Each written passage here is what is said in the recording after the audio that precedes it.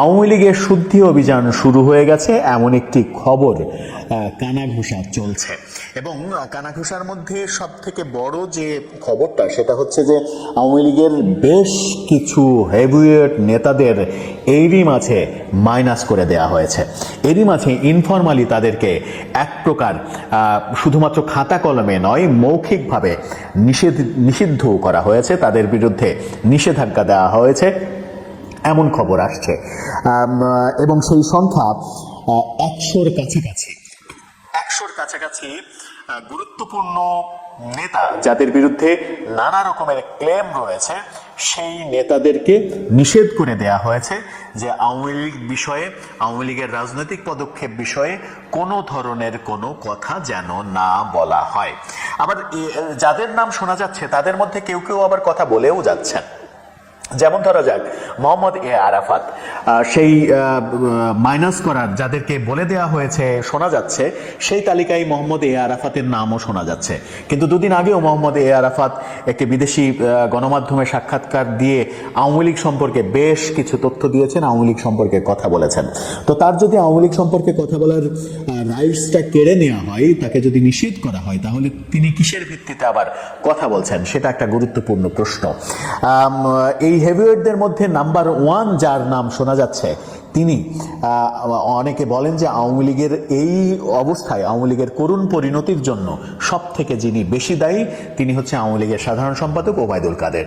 তাকে সম্পূর্ণভাবে নিষেধ করে দেওয়া হয়েছে আওয়ামী লীগ বিষয়ে কোনো কথা বলতে, এবং সেটা আমরা বাস্তবতাতেও দেখছি। অনেক নেতা দেশের বাইরে থেকে নানা রকমের বক্তৃতা বিবৃতি দিচ্ছেন, গণমাধ্যমে সাক্ষাৎকার দিচ্ছেন, ফেসবুকে পোস্ট দিচ্ছেন, কিন্তু ওবায়দুল কাদের এই ব্যাপারে শতভাগ নীরব। ওবায়দুল কাদের নীরব রয়েছেন। তার নীরবতা বোধহয় এই ব্যাপারটা, আওয়ামী লীগের শুদ্ধি অভিযান শুরু হয়েছে এবং কারো কারো উপরে খড়গ নেমে এসেছে, এই ব্যাপারটা বোধহয় সত্য হতেও পারে। 100 জনের তালিকায় ওবায়দুল কাদেরের নাম যখন 1 নম্বরে থাকবে, তখন অনেকের নামই থাকবে, এটা খুব স্বাভাবিক। কিছু নাম শোনা যাচ্ছে, ডক্টর হাসান মাহমুদের নাম শোনা যাচ্ছে, সাবেক পররাষ্ট্রমন্ত্রী এবং আওয়ামী লীগের যুগ্ম সাধারণ সম্পাদক, তার নাম শোনা যাচ্ছে। কেউ কেউ বলছেন জাহাঙ্গীর কবির নানকের নামও শোনা যাচ্ছে। এবং সব থেকে বড় যে ব্যাপারটা, জাহাঙ্গীর কবিরের নাম শোনা যাচ্ছে, এটার সঙ্গে আমি অন্তত ব্যক্তিগতভাবে একমত হতে পারি না। কারণ কিছুদিন আগেও আওয়ামী লীগের পুনর্গঠন প্রক্রিয়ায় যাদের নাম শোনা যাচ্ছিল, যাদেরকে দায়িত্ব দেওয়া হচ্ছে বলে জানা যাচ্ছিল, এবং একাধিক ভিডিও বার্তাও দিয়েছেন জাহাঙ্গীর কবির নানক, যে দুজনের নাম শোনা যাচ্ছিল তার মধ্যে একজন জাহাঙ্গীর কবির নানক আর একজন বাহাউদ্দিন নাসিম। দুজনেই কিন্তু বক্তৃতা বিবৃতি, ভিডিও বার্তা, গণমাধ্যমের সঙ্গে সাক্ষাৎকার, এই কার্যক্রমগুলো চালিয়ে যাচ্ছেন।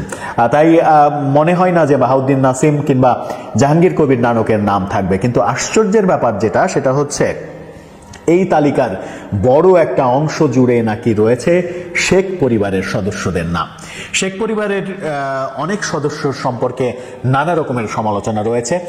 তারা নানা রকম দুর্নীতির সঙ্গে জড়িত হয়ে পড়েছিলেন এবং সেই কারণেই তাদেরকে নিষেধ করে দেওয়া হয়েছে যে আওয়ামী লীগ সম্পর্কে, আওয়ামী লীগের কর্মকাণ্ড সম্পর্কে, আওয়ামী লীগের ভবিষ্যৎ সম্পর্কে তারা যেন কোনো ধরনের কোনো কথা না বলে কারো সঙ্গে।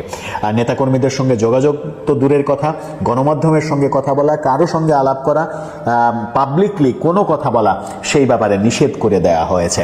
যদি সেটাই হয়, আওয়ামী লীগের 100 জনের একটা তালিকা যদি তৈরি করা হয়, সেই তালিকায় নিশ্চিত করে গত সংসদের বেশিরভাগ মন্ত্রী থাকবেন এবং অনেক এমপি থাকবেন। এমপি মন্ত্রীদের অনেকেই থাকবেন যারা সারা দেশে নানাভাবে সমালোচিত। আমার মনে হয় যে এই তালিকাটা 100 খুব কম হয়ে যায়। আমার মনে হয় যে এই তালিকাটা অন্তত 300-র বেশি হওয়া উচিত। এই সংসদে যারা, গত সংসদে যারা এমপি ছিলেন, তাদের অন্তত 250 জনের এই তালিকায় আসা উচিত নাম। আমি ব্যক্তিগতভাবে তাই মনে করি। মন্ত্রীদের যদি 60 জনের মন্ত্রিসভা থাকে, তাহলে হয়তো 55 জনেরই নাম চলে আসা উচিত এই তালিকায়। কারণ এই এমপি মন্ত্রীরাই কিন্তু আওয়ামী লীগকে সব থেকে বেশি ডুবিয়েছে।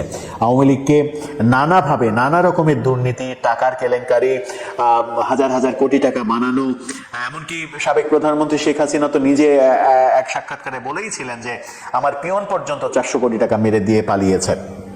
তো শেখ হাসিনার পিয়ন যদি 400 কোটি টাকা মেরে পালিয়ে যায়, তাহলে শেখ হাসিনা কিংবা ওবায়দুল কাদের শেখ হাসিনার দিকে দোষ অনেকটা কম দিতে চান। অনেকে বলেন ওবায়দুল কাদেরের কারসাজি এগুলো। সারা দেশে যে হাইব্রিড নেতাকর্মী তৈরি করা হয়েছে, বিশেষ করে হাইব্রিড নেতা তৈরি করা হয়েছিল, হাইব্রিড এমপি মন্ত্রী তৈরি করা হয়েছিল, যারা তৃণমূলে আওয়ামী লীগকে ধ্বংস করে দিয়েছে, হাজার হাজার কোটি টাকার সম্পদ বানিয়েছে, ব্যবসায়ী থেকে এমপি বানানো হয়েছে, এমপির পরে মন্ত্রী বানানো হয়েছে, এবং মন্ত্রিত্ব পাওয়ার পরে যেমন একেবারে নামই চলে আসে, জুনায়েদ আহমেদ পলক, নসরুল হামিদ বিপু, শাহরিয়ার আলম, এই নামগুলো প্রকাশ্যে আলোচিত হচ্ছে যে তারা মন্ত্রিত্ব পাওয়ার পরে বিশাল সম্পদ তৈরি করেছেন। বাংলাদেশের বিভিন্ন গণমাধ্যম সেগুলো নিয়ে বারংবার খবর তৈরি করছে। সেই খবরের কোনো প্রতিবাদ আসছে না। এই খবরগুলো তো সবাইকে নিয়ে হচ্ছে না, কিছু কিছু মানুষকে নিয়ে হচ্ছে। সালমান এফ রহমান সম্পর্কে এত সমালোচনা, কিন্তু সালমান এফ রহমান সাবেক প্রধানমন্ত্রীর উপদেষ্টা পদ দখল করেছিলেন। নানা সময় সালমান এফ রহমান সম্পর্কে এক গাদা অভিযোগ, ব্যবসায়ীদের মধ্যে সব থেকে বিতর্কিত বলেও তাকে ধরা হয়। তাকে কিন্তু বহাল তবিয়তে আওয়ামী লীগে শেখ হাসিনার উপদেষ্টা হিসেবে রাখা হয়েছিল। এই ব্যাপারগুলো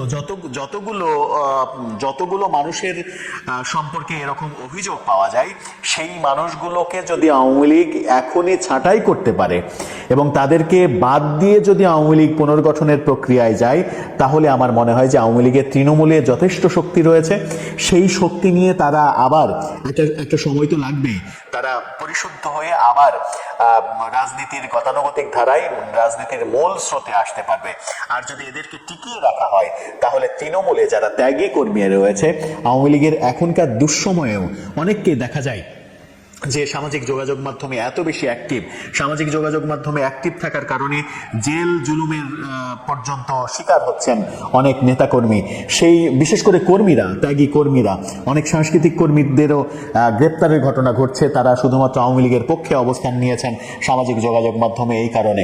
তো এই ত্যাগী কর্মীদের যারা এই ভূমিকাগুলো পালন করছে, এদেরকে যদি আওয়ামী লীগ মূল্যায়ন না করে আবার ওই হাইব্রিডদের মূল্যায়ন করে, তাহলে আওয়ামী লীগের তলিয়ে যেতে আমার মনে হয় যে খুব বেশি সময় লাগবে না।